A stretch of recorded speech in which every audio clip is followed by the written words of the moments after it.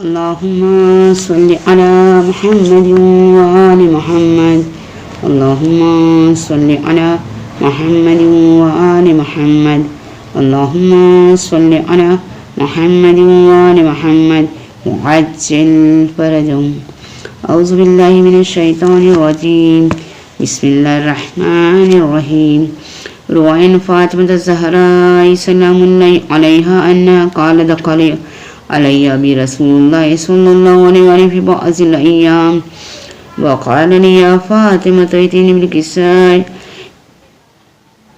إني لا أجد في بدني ضعفا فقلت له أعوذ بالله يا بطي من الضعف فقال لي يا فاطمة ائتني بالكساء ونقتني به. قالت فاطمة سلام الله عليها فأتيت بالكساء وقتلت به فصرت أنظر إليه وإذا وجهه يطلع نورا كأن القمر في ليلة تمامه وكماله. اللهم صل على محمد وآل محمد وعجل فرجهم. قالت فاطمة سلام الله عليها فما كانت لصلاة ويزبي إليه الحسن قد أقبل وقال السلام عليك يا أمه فقلت وعليك السلام يا ولدي قرة عيني. فقال يا أمه إني أشفيك راية طيبة كأنها رائحة جد رسول الله صلى الله عليه وآله. فقلت أنا من جدك نائم تحت الكساء. فأقبل الحسن والكساء وقال السلام عليك يا جد والسلام عليك يا رسول الله أتأذن أن أدخل ما قطعت هذا الكساء؟ قال وعليك السلام يا ولدي قد أذنت لك. فدخل الحسن عليه السلام أو تحت الكساء. اللهم صل على محمد وآل محمد وعجل فرجهم. قالت فاطمة سلام الله عليها فما كانت لصلاة ويزبي عليه الحسين قد أقبل وقال السلام عليك يا أمه فقل وعليك السلام يا قرة عيني وثمرة فؤادي. فقال يا أمه إني أشفيك راية طيبة كأنها رائحة جدي رسول الله صلى الله عليه وآله. قلت لهم يا بني إن جدك وأخاك تحت الكساء. فأقبل الحسين الإسلام والكساء وقال السلام عليك يا جد والسلام عليك يا رسول الله أتأذنني أن أدخل ما قطعت هذا الكساء؟ قال وعليك السلام يا ولدي قد أذنت لك. فدخل الحسين عليه السلام أو تحت الكساء. اللهم صل على محمد وآل محمد وعجل فرجهم. فما كانت لصلاة وإذا بالحسنين علي ابن أبي طالب عليه السلام قد أقبل فقال السلام عليك يا بنت رسول الله. فقل وعليك السلام يا ابن أم رسول الله. فقال يا فاطمة إني أشفيك راية طيبة كأنها راية أخي وابن أم رسول الله. فقلت نمها ومولدك تحت الكساء. فأقبل علي عليه السلام والكساء وقال السلام عليك يا رسول الله السلام عليك من اختاره الله أتأذنني أن أدخل معكم تحت هذا الكساء؟ فقال صلى الله عليه وسلم وعليك السلام يا ولي الله يا علي قد أذنت لك. فدخل علي الإسلام معهم تحت الكساء. اللهم صل على محمد وآل محمد وعجل فرجهم. ثم أقبلت فاطمة سلام الله عليها نحو الكساء وقالت السلام عليك يا أبتا والسلام عليك يا رسول الله أتأذنني أن أدخل معكم تحت هذا الكساء؟ فقال وعليك السلام بزتي ويا قرتين يا فاطمة قد أذنت لك. فدخلت فاطمة معهم تحت الكساء. اللهم صل على محمد وآل محمد وعجل فرجهم. فلما اكتملوا من تحت الكساء قال الله تعالى يا ملائكتي وسكان السماوات وعزتي وجلالي إني ما خلقت السماء مبنية ولا زمنية ولا قمر منير ولا شمسا مضية ولا فلكا يدور ولا بحر يجري ولا فلكا يسري إلا في محبة هؤلاء الخمسة الذين هم تحت الكساء. فقال جبريل عليه السلام يا ربي ومن تحت الكساء؟ قال الله تعالى أهل بيت النبوة ومعدن رسالته هم فاطمة وأبوها وبالها وبنوها. اللهم صل على محمد وآل محمد وعجل فرجهم.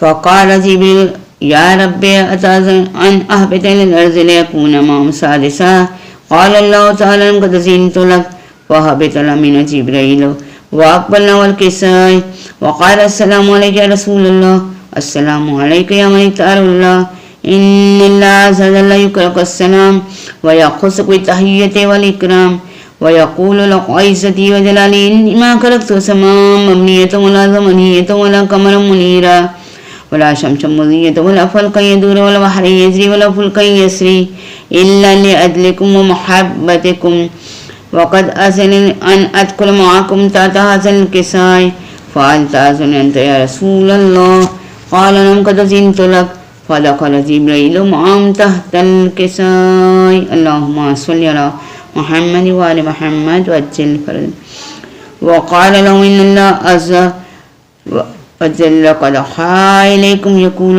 بسم الله الرحمن الرحيم إنما يريد الله ليذهب عنكم الرجس أهل البيت ويطهركم تطهيرا اللهم صل على محمد وآل محمد وأجل فرجهم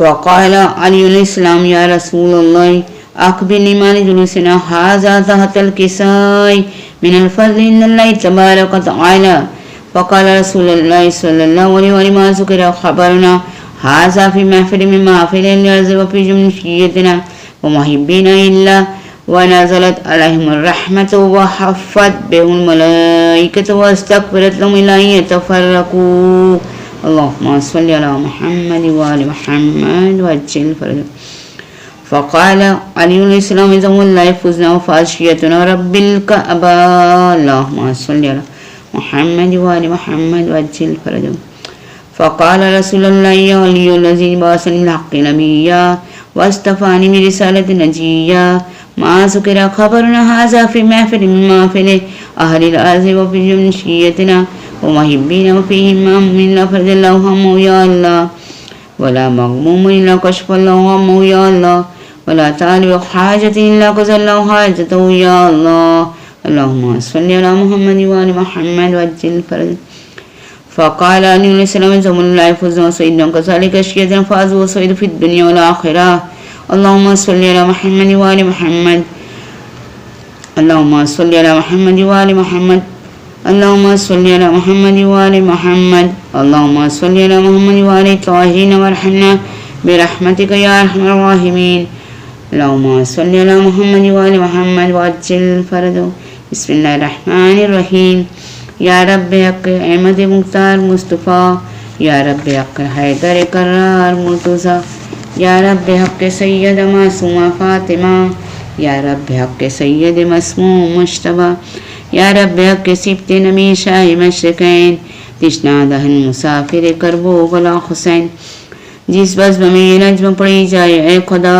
ہر ایک سننے والے کا حاصل ہو الدعا اللہم صلی علی محمد وآل محمد وعجل فرجهم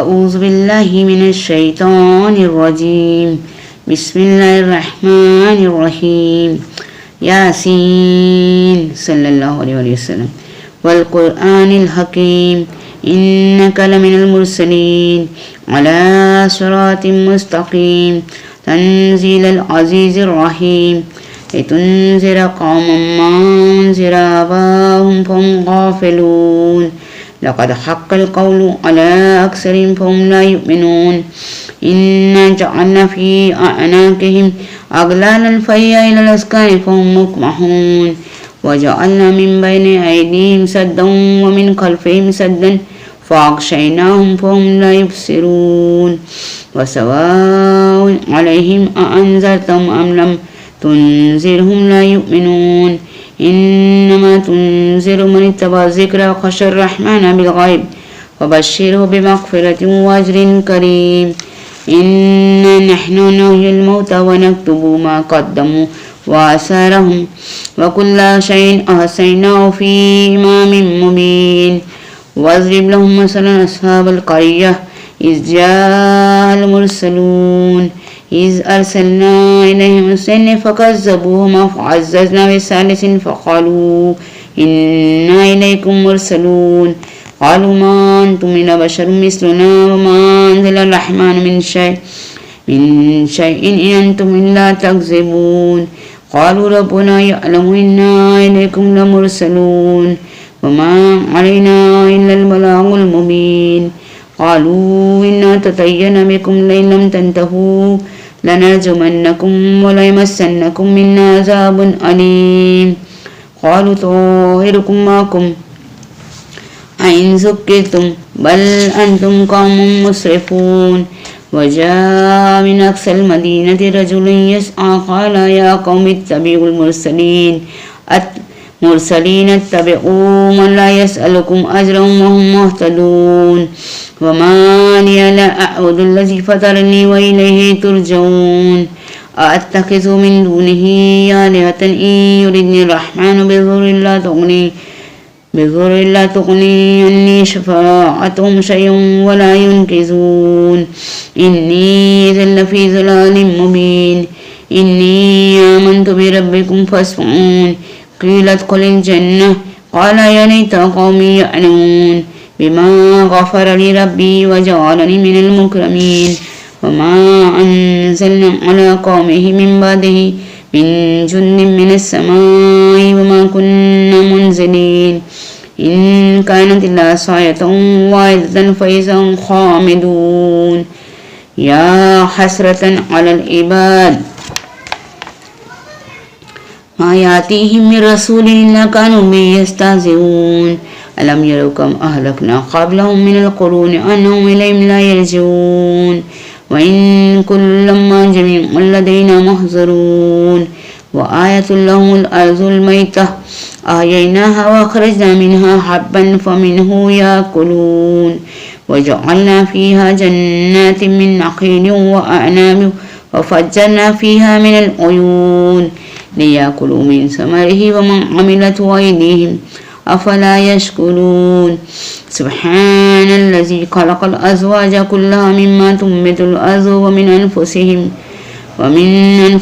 ومما لا يعلمون وآية له الليل نسلخ منه النهار فإذا هم مظلمون والشمس تجري لمستقر لها ذلك تقدير العزيز العليم والقمر قدرناه منازل حتى عاد كالأرجون القديم لا الشمس ينبغي لها أن تدرك القمر ولا الليل سابق النهار وكل في فلك يسبحون وآية لهم أنا حملنا ذريتهم في الفلك المشحون وخلقنا لهم من مثله ما يركبون وإن نشاء نغرقهم فلا صريخ لهم ولا هم ينقذون إلا رحمة منا ومتاعا إلى حين وإذا قيل لهم اتقوا ما بين أيديكم وما خلفكم لعلكم ترحمون وما تأتيهم من آية من آيات ربهم إلا كانوا عنها معرضين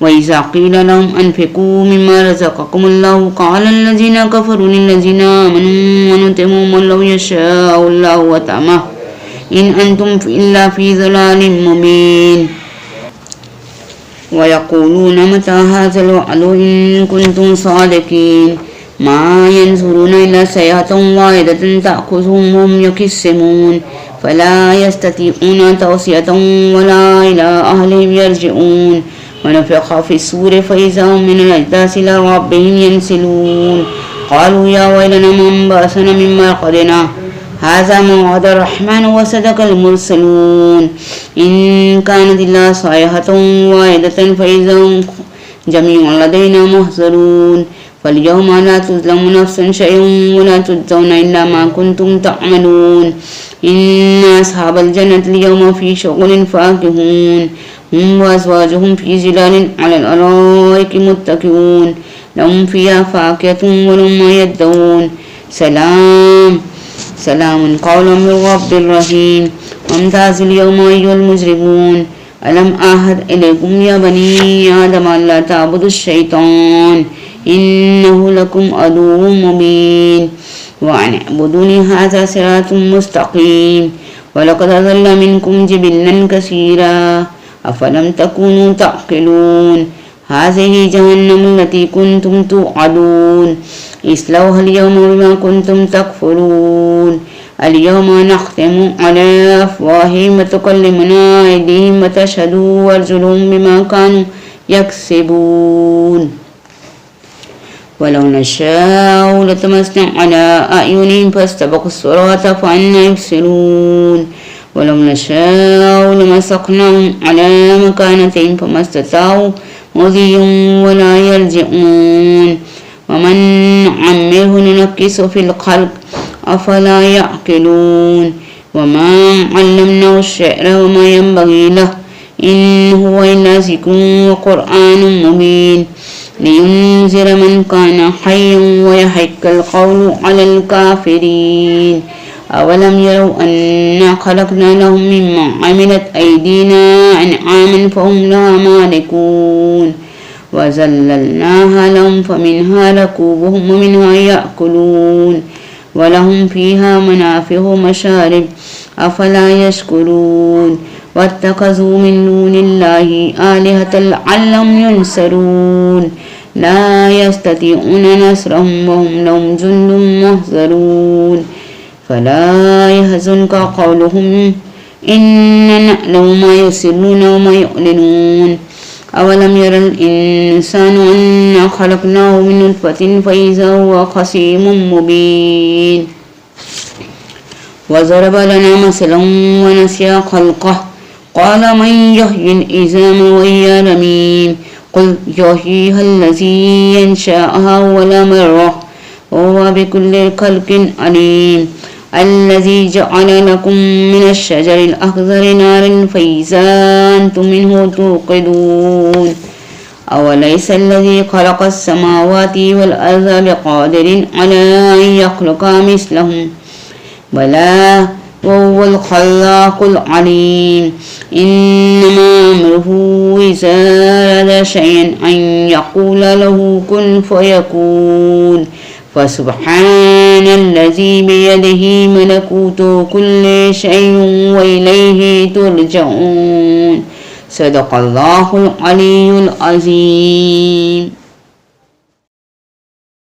أعوذ بالله من الشيطان اللعين الرجيم بسم الله الرحمن الرحيم ما شاء الله لا حول ولا قوة إلا بالله العلي العظيم حسبي الله ونعم الوكيل نعم المولى ونعم النصير أفوض أمري إلى الله إن الله بصير بالعباد الحمد لله الذي هدانا لهذا وما كنا لنهتدي لولا أن هدانا الله الحمد لله رب العالمين الرحمن الرحيم والصلاة والسلام على أشرف الأنبياء والمرسلين وخاتم النبيين والشفيع المذنبين والرحمة للعالمين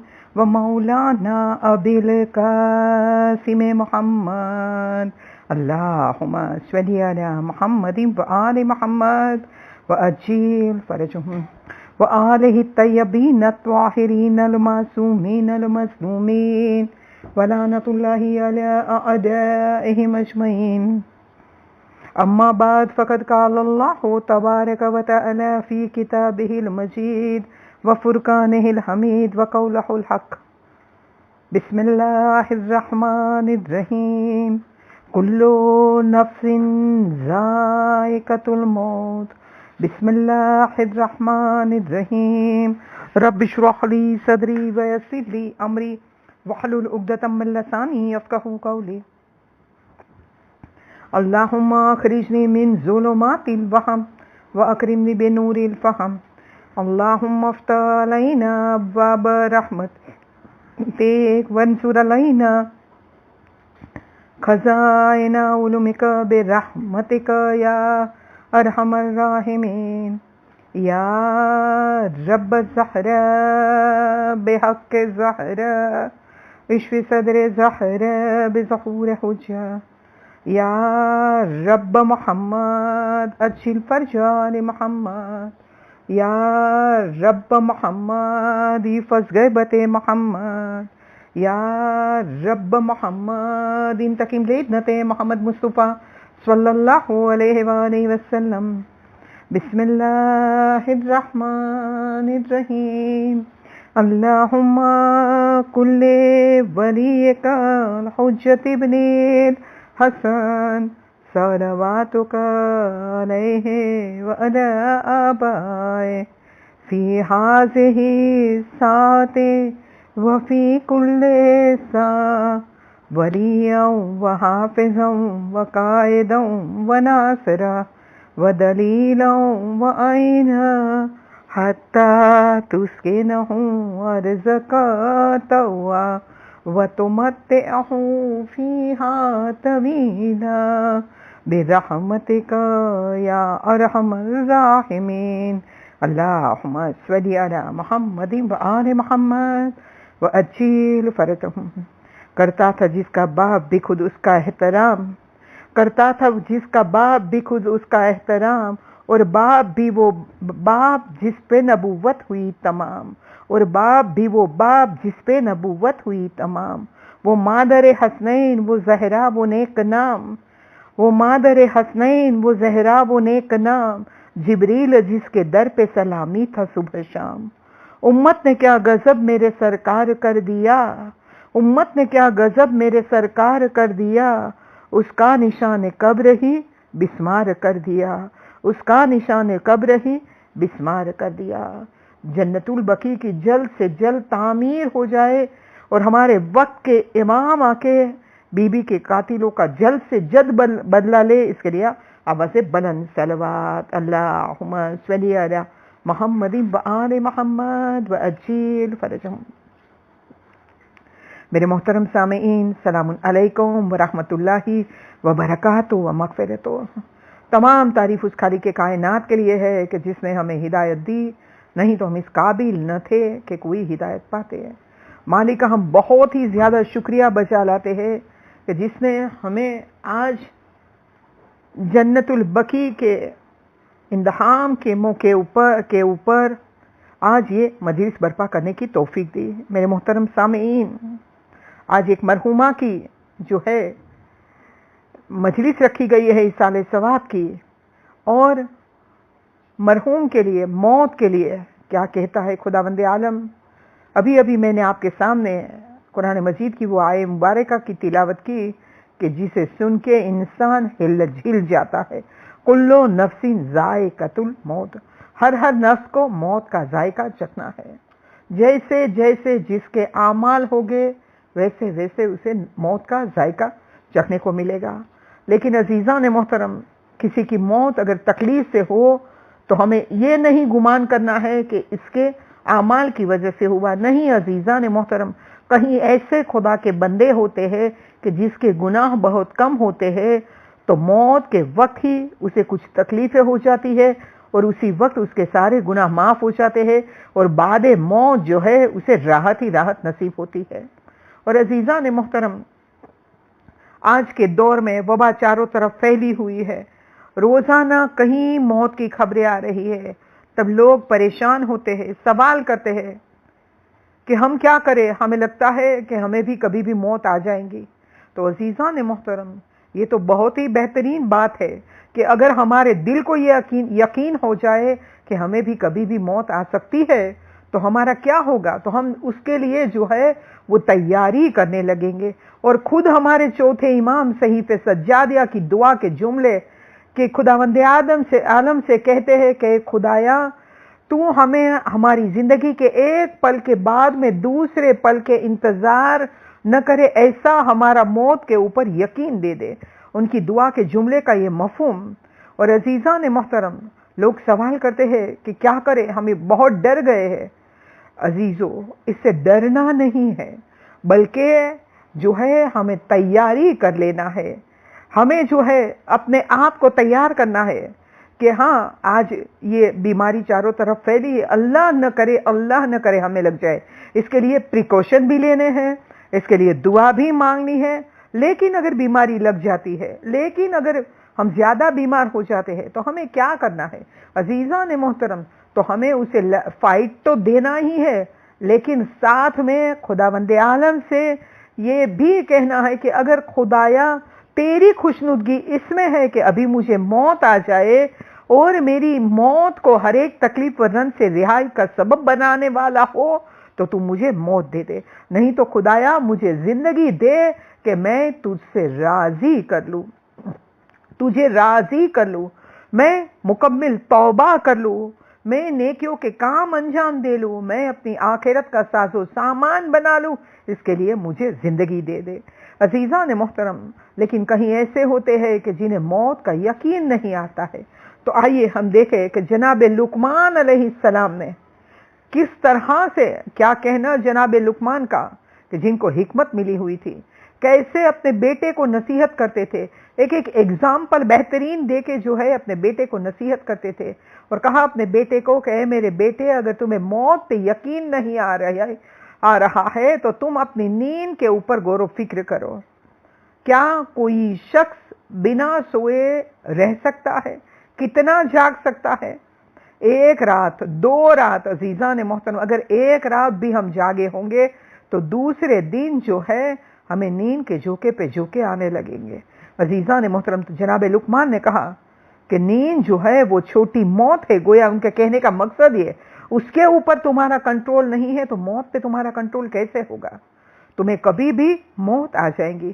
اور پھر آگے جناب لقمان اپنے بیٹے کو کہتے ہیں کہ اگر تمہیں دوبارہ اٹھنے پر، موت کے بعد روز محشر اٹھنے پہ یقین نہیں آ رہا ہے تو تم اپنے سونے کے بعد دوبارہ اٹھنے پر غور و فکر کرو۔ کوئی انسان کتنا بھی تھکا کیوں نہ ہو، 1 دن 2 دن 3 دن، اور عزیزان محترم اللہ نہ کرے کوئی بیمار ہو، اگر بستر میں ہی پڑا رہتا ہے تو وہ کہے گا کہ میں کب اس پر سے اٹھوں اور میں چلوں پھروں، میں باہر نکلوں۔ عزیزان محترم، تو ہر ایک کا دل چاہتا ہے بستر سے اٹھنے کو۔ تو عزیزان محترم، اور کتنا بھی تھکا کیوں نہ ہو، اس کی نیند جو ہے 22 گھنٹے 24 گھنٹے سے زیادہ نہیں ہو سکتی، پھر وہ اٹھ بیٹھتا ہے۔ تو جناب لقمان اپنے بیٹے کو کہہ رہے ہیں کہ تمہیں اگر روز محشر دوبارہ اٹھنے پر یقین نہیں ہو رہا ہے تو تمہیں چاہیے کہ تم جو ہے اپنے دوبارہ اٹھنے، نیند سے دوبارہ اٹھنے کے اوپر غور و فکر کرو، کیا کتنا سو سکتے ہو۔ اسی طرح سے تم جو ہے روز محشر اٹھ جاؤ گے جب سور پھونکا جائے گا۔ اور عزیزان محترم، تو ہمیں بس خداوند عالم توفیق عنایت فرمائے کہ ہم زیادہ سے زیادہ اپنی موت کے لیے تیاری کریں۔ اور عزیزان محترم، چاہے کتنی بھی کوئی کیوں نہ تیاری کر لے موت کے لیے، لیکن وہ خود کے اعمال کے بھروسے نہیں رہ سکتا۔ تو آئیے عزیزان محترم، ایک ایسی بہترین حدیث کہ جس میں 7 سٹیپ بتائے گئے، وہ رسول خدا صلی اللہ علیہ وآلہ وسلم کی یہ حدیث کہ جس میں رسول خدا فرماتے ہیں الا ومن مات علی حب آل محمد مات شہیدا، یعنی کہ اگر کوئی شخص محبت آل محمد پر اس دنیا سے جائے گا، اسے موت آئے گی تو اس کی موت گویا شہید کی موت ہے۔ اور عزیزان محترم، کیا کہنا شہید کی موت کا؟ شہید راہ خدا جو ہوتا ہے اس کے لیے غسل بھی دینا نہیں ہے عزیزان محترم، اور عزیزان محترم اس کے لیے آسمان کے دروازے کھول دیے جاتے ہیں، اس کے لیے جو ہے بہت زیادہ خوشخبری ہے بعد موت۔ تو عزیزو، کیا کوئی ہمارے اعمال ایسے ہے کہ ہم جو بجا لائے کہ جس کی وجہ سے ہمیں شہید کی موت کا درجہ ملے؟ تو عزیزان محترم، یہاں پہ ہمیں اپنے آپ سے پوچھنا ہے کہ ہم آل محمد صلی اللہ علیہ وآلہ وسلم سے اگر تہہ دل سے محبت کرنے لگیں گے تو چاہے ہمیں اپنے راحت بستر میں بھی کیوں موت نہ آ جائے، لیکن ہماری موت شہید کی موت کہلائیں گی۔ تو عزیزان محترم، رسول خدا صلی اللہ علیہ وآلہ وسلم نے پہلا یہ کہا الا ومن مات علی حب آل محمد مات شہیدا، پھر رسول اسلام نے دوسرا کہا الا ومن مات علی حب آل محمد مات مغفورا۔ عزیزان محترم، کہا کہ اس کی موت ایسی ہوگی، اگر کوئی آل محمد صلی اللہ کی محبت پہ مرتا ہے تو چاہے وہ اپنے بستر پہ ہی کیوں نہ دم توڑے، لیکن اس کی موت مغفرت کے ساتھ ہوئی ہو، ایسی موت ہوئی ہوگی۔ تیسری بات ہمارے نبی صلی اللہ علیہ وآلہ وسلم فرماتے ہیں، کہتے ہیں الا ومن مات علی حب آل محمد مات تائبا، یعنی کہ اگر کوئی محمد صلی اللہ و آل محمد صلی اللہ کی محبت پہ اس دنیا سے جائے گا تو اس کی موت گویا ایسی ہے کہ اس نے توبہ کی ہو، تائبہ کہا، توبہ کرنے کے بعد اس دنیا سے گیا ہو۔ اور عزیزان محترم، ہم اور آپ دعا کے جملے ہمیشہ دہراتے رہتے ہیں، اور کہیں ایسے دیکھے کہ جو وہ اپنی نماز کے آخری سجدے میں یہ پڑھتے ہیں کہ پروردگارہ تو ہمیں مرنے سے پہلے توبہ کرنا نصیب فرمانا، اللہم انی اسألک توبتاً قبل الموت و راحتاً عند الموت و مغفرتاً بعد الموت و شفاعتاً موت۔ عزیزان محترم، تو جو ہے ہمیں یہ دعا کو بہتر ہے کہ ہماری نمازوں کے آخری سجدے کے ذکر کے بعد پڑھے۔ تو عزیزان محترم، اگر کوئی محمد صلی اللہ و آل محمد صلی اللہ کی محبت پہ اس دنیا سے جائے گا تو اس کے لیے ہمارے نبی فرماتے ہیں کہ اس کی موت گویا ایسی ہے کہ وہ توبہ کر کے اس دنیا سے گیا ہے۔ اور عزیزان محترم، خداوند عالم نے اپنی جانب ایک دروازہ جو رکھا ہے آنے کا مومنوں کے لیے، وہ توبہ کا دروازہ رکھا ہے۔ تو عزیزان محترم، ہمیں محمد صلی اللہ و آل محمد صلی اللہ سے محبت کے ساتھ اس دنیا سے جائیں گے تو گویا ہم توبہ کے دروازے سے خداوند عالم کی بارگاہ میں داخل ہوئے ہیں، ایسا کہلائے گا۔ پھر عزیزان محترم، ہمارے نبی صلی اللہ علیہ وآلہ وسلم چوتھی بات یہ کہتے ہیں کہ الا ومن مات علی حب آل محمد مات مؤمنین متکمل الایمان۔ اللہ اکبر، کیا بلند درجہ ہے! اگر کوئی محمد صلی اللہ و آل محمد صلی اللہ کی محبت کے ساتھ اس دنیا سے جائے تو ہمارے نبی صلی اللہ علیہ وآلہ وسلم فرماتے ہیں کہ وہ مومن کی موت ایسی ہوگی کہ جس کا ایمان مکمل ہو، متکمل الایمان کہا کہ جس کا ایمان جو ہے مکمل ہو، ایسی اس کی موت ہوگی۔ پروردگار عالم ہمیں دنیا میں زندگی عنایت فرمائے تو مکمل ایمان کے ساتھ، اور موت بھی دے تو مکمل ایمان سے موت دے۔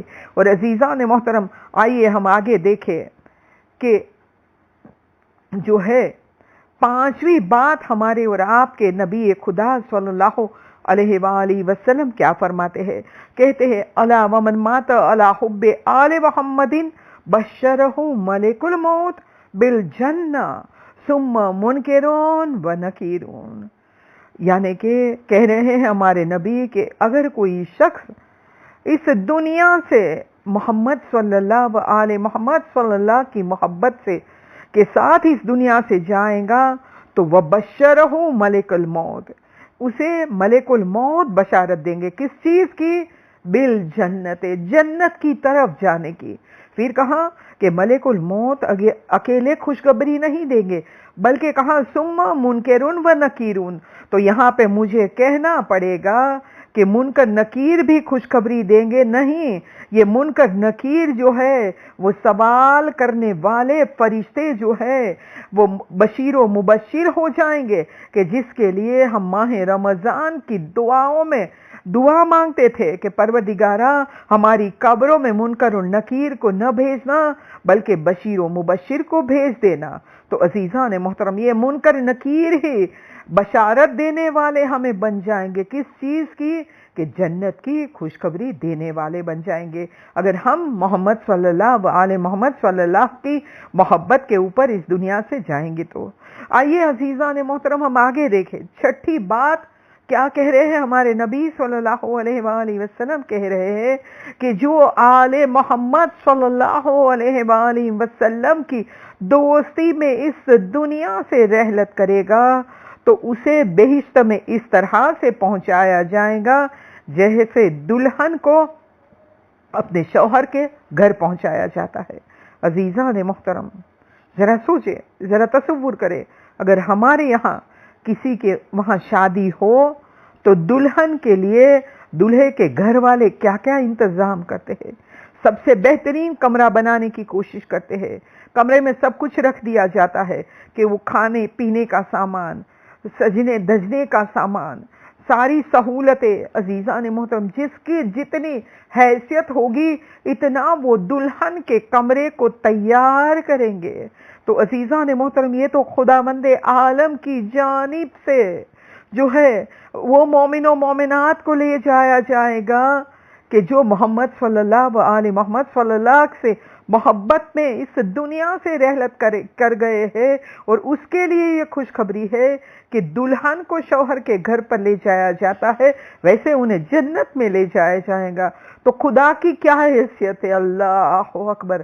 ہم نہیں جان سکتے کہ ہمارا پروردگار ہمیں کتنا زیادہ دے سکتا ہے۔ تو عزیزان محترم ایک عام کوئی دنیا کا شخص اپنی دلہن کے لیے اتنا کوشش کرے تو وہ خدا دلہن کے مانند اپنے مومن بندوں کو لے جانا چاہے تو کیا نہیں دے گا جنت میں۔ بس پروردگار عالم سے ہم دعا کریں گے، پروردگارہ ہم سب کو جنت میں پنجتن پاک کی خدمت میں جگہ عنایت فرما دینا، ہمیں ان لوگوں میں شمار فرمانا جنت میں کہ جو لوگ جب چاہے تک چاہے تب اہل بیت علیہ السلام کی چاردہ معصومین کی زیارت کر سکیں گے۔ پروردگارہ ہمیں ایسی جگہ پہ جنت میں جگہ عنایت فرمانا۔ اور عزیزان محترم ساتویں اور آخری چیز جو ہے ہمارے نبی صلی اللہ علیہ وآلہ وسلم فرماتے ہیں کہ اگر کوئی شخص محمد صلی اللہ کی محبت میں اس دنیا سے جائے گا تو جب لوگ انہیں قبر میں چھوڑ کے چلے جائیں گے تب جنت کی 2 کھڑکی کھول دی جائے گی، اللہ اکبر۔ عزیزان محترم ذرا سوچے کیا بلند درجہ ہے محمد صلی اللہ و آل محمد صلی اللہ سے محبت کا۔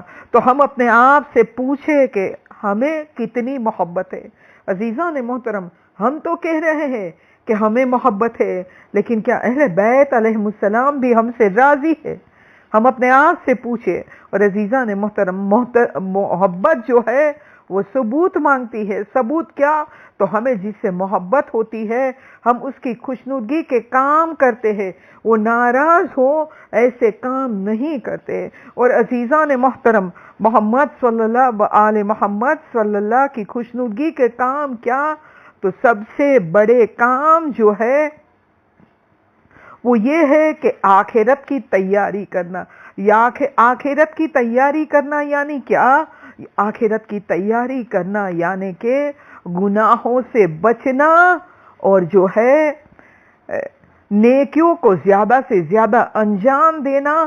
ایسا کام کرے کہ محمد صلی اللہ علیہ محمد صلی اللہ خوش ہو کر، ہمارے زمانے کے امام ہم سے راضی ہو کر جو ہے ہم سے راضی ہو کر ہمارے لیے دعا کر دے، ہم سے راضی ہو جائے ہمارے زمانے کے امام۔ عزیزان محترم تو پھر کیا کہنا۔ آئیے عزیزان محترم چاہے کتنی بھی لمبی زندگی کیوں نہ ملی ہو، لیکن انسان اگر آخرت کے سامان تیار کر لے تو چھوٹی زندگی کیوں نہ ہو لیکن اس کی زندگی کامیاب ہو جائے گی۔ لیکن اگر لمبی سے لمبی زندگی ملے اور ہم نے آخرت کی کوئی تیاری نہیں کی تو وہ لمبی زندگی بھی کوئی کام کی نہیں ہے۔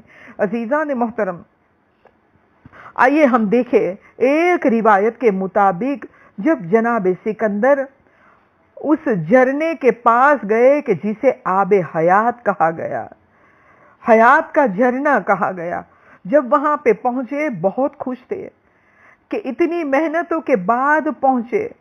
اور عزیزان محترم پانی جو ہے چاندی کے مانند چمک رہا تھا، جسے دیکھ کر جو ہے جناب سکندر بہت زیادہ خوش ہو رہے تھے۔